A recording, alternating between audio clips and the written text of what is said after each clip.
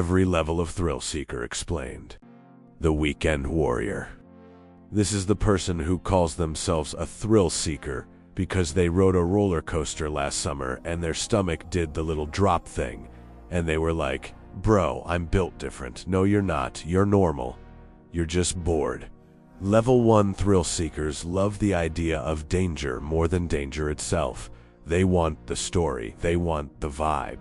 They want the Instagram caption. They want to say, "I crave adrenaline while living the safest life possible, Monday through Friday." These are the people who watch one skydiving video and immediately start speaking in plural. "We should go skydiving." Who is we? You and your fears. Because the moment you actually book it, suddenly it's, "I don't know, bro, what if the parachute doesn't open?" Yeah, exactly. You're level 1. Level 1 doesn't want risk. Level 1 wants novelty. They want a new feeling. They want a clean little shot of excitement with a receipt, a waiver, and a professional who will stop them from doing anything stupid. And listen, that's not even a bad thing. That's most people. That might even be you. But you're not the guy in the comments saying, "Bro, I need chaos to feel alive." No, you don't. You need a hobby and 8 hours of sleep. Level 2 doesn't want to rent thrill. Level 2 wants to earn it. The competitive addict. Level 2 thrill seekers aren't thrill seekers. They're pressure seekers. They don't need danger. They need stakes. They need a scoreboard. They need the feeling that something is on the line. This is the person who turns everything into a contest just for the love of the game. Level 2 loves intensity. They love the rush of being judged. They love performance. They love deadlines. They love being on the edge of winning or losing. If nobody is watching and nothing is on the line, they're bored.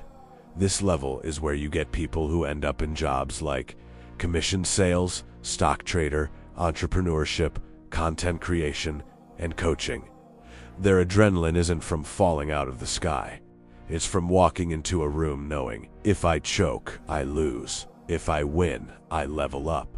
They are addicted to momentum. They hate slow seasons. They hate routine. They hate normal days. Level 2 also has a weird habit of pretending they're calm while they are absolutely not calm. They will say, "I love pressure," and then they will be stressed out 24/7 and call it being driven. And the funny thing is, level 2 people will often think they're level 4 or 5 because they feel intense all the time. But intensity isn't the same as danger. Pressure isn't the same as risk. You can be a level 2 thrill seeker in a completely safe office building. Level 3 is where it stops being a vibe and starts being a real lifestyle. Level 3 doesn't just want pressure. Level 3 wants consequences. The high-stakes operator. Level 3 thrill seekers are the people who are weirdly calm when everything is going wrong.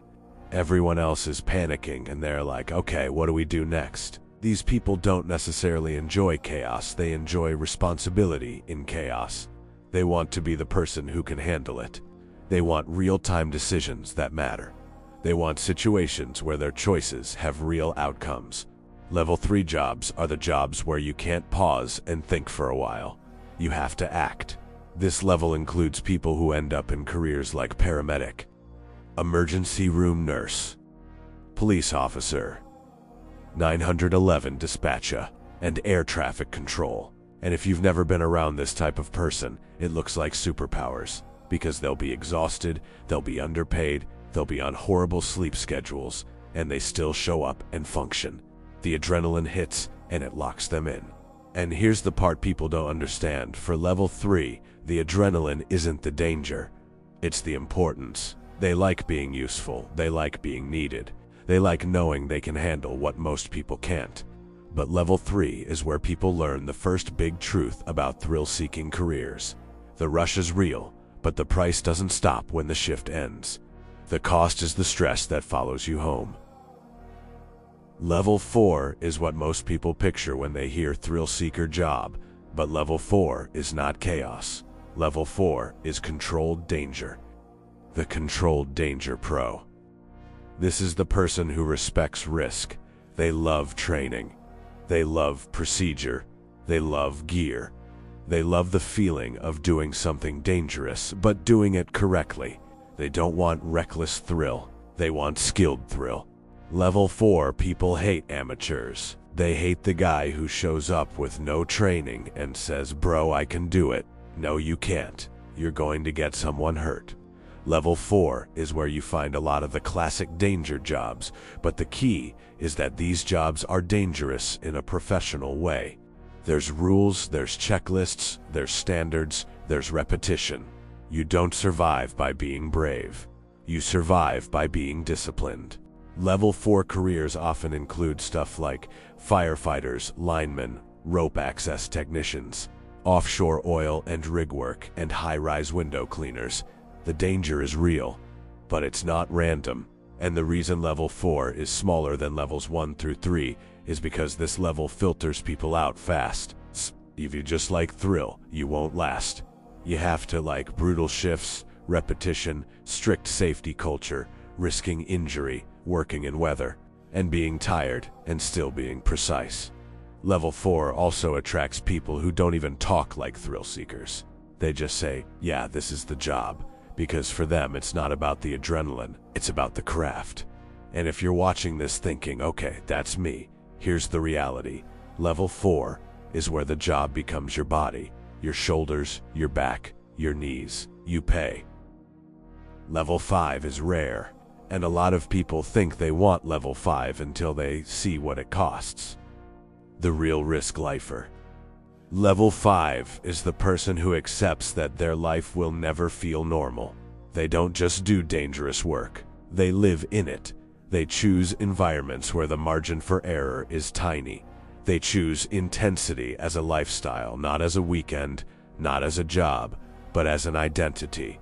Level 5 people can be in things like elite rescue roles, high-risk specialized units, extreme expedition work, smoke jumpers, and bomb disposal technicians. And here's the important part. Level 5 people are not just more brave than you. They are usually built out of a specific mix of high stress tolerance, obsession with skill, acceptance of suffering, emotional control, and honestly, a willingness to sacrifice comfort and safety for purpose. Because that's what level 5 really is, sacrifice. And that's why most thrill seekers do not end up here. They end up in normal jobs, and they chase thrill after work. And that setup, for most people, is the healthiest version of being a thrill seeker. Because you get the rush without turning your entire life into a stress machine. So the real question isn't, am I a thrill seeker? The real question is, which kind?